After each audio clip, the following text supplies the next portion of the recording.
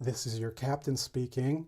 And now I want to say something about Saturn square Uranus. Saturn square Uranus, Saturn square Uranus. uh, and this is an alignment from, I mean, it's kind of arbitrary how you mark it, but I would say like February of 2020 to February of 2023. It's a 3-year square. It's pretty much, yeah, it's full on those 3 years. And so it came on and was part of what was happening with the pandemic, was Saturn square Uranus. I focused a lot on this channel with the fact that it was a once in 1,000-year Jupiter, Saturn, Pluto triple conjunction. I encourage you to check out the videos from last year to understand that. It's just super epic, just like the super rare global hugeness of what's still happening, is the Jupiter-Saturn-Pluto triple conjunction. But at the same time, Uranus was squaring, especially Saturn, and also Jupiter. It squared Jupiter and Saturn, and it's like at the end of the Uranus square Pluto. Uranus square Pluto starting in 2008 through 2020, basically. So it's like the end of this epic, long, 12-year Uranus-Pluto square, and all of its kind of, well, there's so many things that we could say about it, but it's like intense, rapid transformation of this planet, and has a lot to do with the tech revolution that's occurred during those years and how radically the world has changed as a result. And yes, and also just like it's very progressive energy, like an empowerment of futuristic energies. That's been the last decade. Well, right at the tail end of it, Saturn joined that square, and so Saturn, or how did I put it? Yeah, the Uranus square Pluto had Saturn joining it. So we had a Saturn-Pluto conjunction last year, and both squaring Uranus. And so we're really kind of out of the Uranus square Pluto as I would read it now. It's like we're in the aftermath of the intense energies of this last 12 years. It's like definitely moving into a new era in a lot of different ways. But it's now more purely the Saturn square Uranus this year and next year. And it's like a full 3 years, so 36 months, and we're 20 months in, 16 months to go. Again, that's kind of arbitrary, but it's a good way to think about it. We're more than halfway through a really big process in terms of cycles of time and the patterns of time. This particular cycle of time, the Saturn square Uranus cycle in time, because they're the closest in order of the outer planets, they're both moving at a certain pace, so they stay in the square longer than, say, Saturn square Pluto or Saturn square Neptune. Saturn-Uranus alignments last longer. They endure. And so it's like the enduring process of change, Uranus being related to changes, unexpected developments, sudden awakenings, surprises, plot twists, and with Pluto these last years, like intense plot twists with major repercussions, extreme changes. But it's like Saturn square Uranus is the challenging process of restructuring your life. The challenging process that takes a few years at least to restructure your life. There's something about us being in a 3-year process, which, so that's how long Saturn square Uranus is. It is also how long it takes Jupiter to move 90 degrees. And so a 3-year process is a Jupiter scale process. It's like, it's big, has a largeness to it. It's not like a 1-year process that completes after 1 year. It's not 2 years. That's a Mars cycle. But 3 years is both a Jupiter cycle and how long a Saturn-Uranus square lasts. And so there's something big about it. And there's a lot of growth that can come during the period of a Saturn-Uranus hard aspect, a lot of growth. And so I think it's really helpful to think about how much you've grown since the beginning of the pandemic, let's just say. How much have you grown, and how much have you restructured your life during these 20 months? Is that right? Yeah, 20 months. During these 20 months, how successfully have you restructured your life? Where are you in that process? And how much have you grown? Like, grown in maturity, I think. Saturn brings in maturity, and the kind of maturity that comes from facing unexpected challenges, crises, unexpected kind of collapse of structures that you thought were sound. That's a good metaphor, I feel. Like you're discovering how sound the structures of your life are. Individually, we're also discovering on a national scale how sound are the structures of our nation engineered. How well do they withstand crises and unexpected collapses? How well are things engineered? How many fail-safes are in place for when the sudden surprising malfunction occurs? That's what we're talking about, discovering where we need to shore up our resources, protect and preserve things better, be more conservative out of a care for unexpected challenges, being more cautious with our resources, prepared in and if there's another crisis. We're learning a lot about crisis management, how well we handle crises as individuals, and the skills that we develop through facing crises, the word crisis is problematic. I believe in other cultures and languages, it would be seen as something different. It's like, instead of a crisis, it's an unexpected opportunity. Like there's an opportunity in the midst of things falling apart. I sometimes say that Saturn-Uranus is the truth that in the human journey, shit happens. Shit happens. Things can fall apart unexpectedly. And so it's like in the Buddhist principles of uncertainty, I guess also in the scientific principles of uncertainty, it's like the recognition that there's no ground to stand on. You know, as hard as we work to make sure we're safe and protected, we can't prevent any and all things. And we have to come to peace with that. We have to come to some kind of philosophical reconciliation with that truth. And for me, on a spiritual level and an astrological level, the Saturn-Uranus relationship represents that shit happens. But there's also other truths, other cycles that have to do with redemption.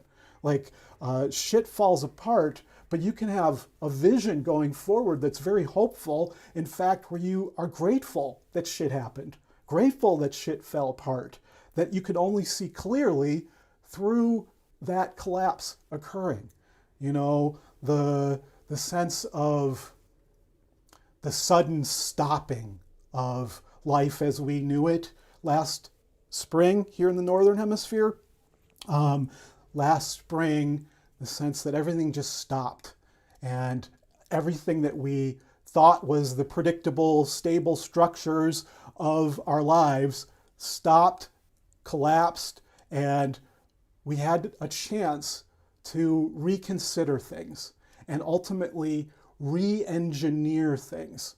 And so that's one big thought form for this Saturn-Uranus period that we're in. It's a moment of re-engineering your life. You're deconstructing your life and reconstructing your life. You're recognizing how the bridge has a flaw, and you got to re-engineer that bridge. You got to re-engineer the bridge from the unstable past to the more secure and stable future. And it can be a challenging one where like the stable structures of the past prove to be unsound. And you have to examine, okay, how exactly has this been unsound? Here in the United States, clearly we have a healthcare system that is not sound, has not been sound. We have government structures that are not sound. And we are discovering all of this in very consequential ways. And so it's like this is the moment where we see how and why things collapsed, and we get an opportunity to restructure, re-engineer things. Now, it's very hard to do on a national scale, as we are observing. But on an individual scale, it is more possible, I would say. It's definitely easier for certain privileged people compared to the oppressed classes of the world. However, there is more potential, I think, for individuals to work with this energy well. And so, yes, I have a few notes here. The Wisdom of Insecurity, that's a book by Alan Watts, and Non-Attachment to Stability. Non-attachment to stability. Like becoming overly attached to things just feeling stable and secure doesn't open new opportunities for rebuilding things better. And so there's something about this, I'm thinking of how, I'm just thinking of like what's going on with space travel right now and what's happening especially with Elon Musk and SpaceX. And I'm just tuned into it because of the successful launch that happened last year and all of the tests that are happening now to build a rocket to go to the moon and to Mars. And it's a fascinating thing to observe, no matter how you feel about it, whether it's good that we're investing, that Elon Musk is investing so many resources into this project. We could absolutely debate that. But just watching the process of how he's approaching, how they are approaching SpaceX, and all the engineers of SpaceX are approaching engineering a successful rocket ride to Mars. What is that process? It involves many test flights. It involves iterating, looking at why the rocket exploded. What happened? Let's look at the footage. Let's examine it. I think that's part of what we need to do right now. And maybe the autumn is a particularly good time to do this, the kind of mental clarity that comes this time of year. It's like you're looking at the footage, you're rolling the tape of how your, we don't have to use the phallic rocket, like your home structure was not sound. Like being able to look at it, roll the tapes, see what happened. What were the choices that I made a long time ago in terms of how I invested my resources that made my home life, my career life, my interpersonal life sound or unsound? How did things collapse, or did they? Can you be proud of how you did build sound structures? Can you see how you actually have intuitively moved through this well because you do have a sense of how to prepare for shit happening should it happen, right? Some people are better at preparing for this kind of thing. They build it into their philosophy of what life is about. In Buddhism, there's no certainty about anything. And yet there can be a kind of security within one's faith. That's how I would put it. Neptune is the balance to Saturn-Uranus. We have to go into our spiritual awareness, our consciousness awareness, our way of making spiritual meaning. Still trying to get right out of the camera. How we make spiritual meaning out of crises. And like some people are really good when a crisis occurs at navigating it well, learning how to pivot well. The people who are able to pivot hard over the last year and take advantage of the opportunity to move in a sudden new direction and re-engineer the business, say, all of the businesses here in California that have been under such difficult times, the ones that I see being successful are the ones that they adjusted well to the new ecosystem, right? Some kind of natural disaster comes in and new species can come in that adjust to the circumstances, right? And so, yes, the importance of iteration in the engineering, like just integrating it into the way that you learn. That, yeah, there's going to be some failed experiments. You're going to realize you can do things better. You can make things more secure and sound. You can have multiple fail-safes built into the equation. You can also go to OCD level fail-safes where you never leave your house. And so, yes, there's a certain kind of anxiety that goes with the Saturn-Uranus combination that is best addressed by getting out of your left brain, getting into the right brain, getting into your heart, getting into your spiritual awareness, remembering that you have spirit guides and angels and power animals and fairies that are all on your side, and you got things like tarot and astrology that can guide you through it, that there's all kinds of help and support that comes in the midst of a crisis. For some people more than others, but there is the potential for being receptive to spiritual guidance and heart opening in times like this that are a kind of blessing. And so, how are we doing here? I have the question, is it built to last? Is it built to last? Have you built the structures in your life to last, to endure? Or did you kind of skimp? Did you skimp on what needed to be spent on? I'm just thinking of,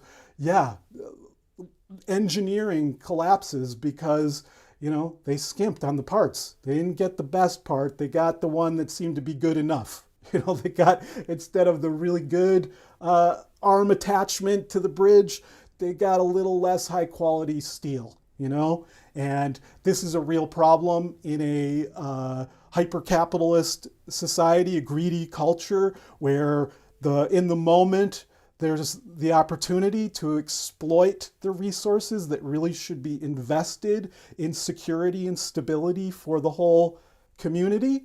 It's interesting right now in the United States, we've got two major political bills in Congress. One is the infrastructure bill, which is all about investing resources and making stronger bridges and better roads and better sewage and all of that, right? Big money invested in infrastructure. That's the call right now because we're seeing collapsing bridges and collapsing condos and how different kinds of natural disasters make communities more vulnerable. There's a sense that we got to address this. We got to invest resources in all that. But then we have the reconciliation bill, which is much more about investing in a social safety net, systems of support that help people in crises. That's what hopefully we would want a society that takes this into account, is aware that crises occur. We do have that system to a certain extent. We have resources set aside for natural disasters. However, we don't have enough support in terms of, say, healthcare.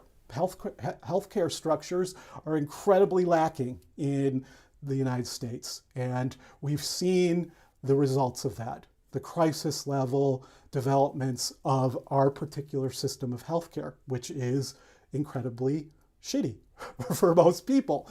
And so, yes, that is part of the Saturn-Uranus. It's about, is it built to last? Is our health system built to last? No, only for a few people is it built to last. And because of that, there are huge implications for everyone. And it's also the case that there's infrastructure things that are not built to last and they have to be reconciled. And it's true for yourself as well. It's like, what's your internal reconciliation bill? How do you build in a social safety net for yourself? Like, that's something that really came up for me last year. It's like, what is my social safety net? What are the really important relationships in my life that are the social safety net that is not being provided by my government? It's like I have to take responsibility to build more of a social safety net into my life, which is definitely easier for me in my privileged status in a number of ways compared to other people. But nevertheless, it's like that's up for all of us. How do we all make the changes in our lives and in our culture that are about providing more security in an insecure universe? And so, is there any last thing? It's like coming out of the Great Depression, we had a similar period where we saw how society collapsed. And it's like the New Deal came in under a Jupiter-Neptune-Mars triple conjunction. And it was like there was a vision of supporting vulnerable people and making it easier for vulnerable people to survive and thrive. And that has been worn away to the point of, yeah, what we've seen in the United States over the last year and a half. You know, we are handling the crisis the worst. We're in the top 3 of the worst in the world.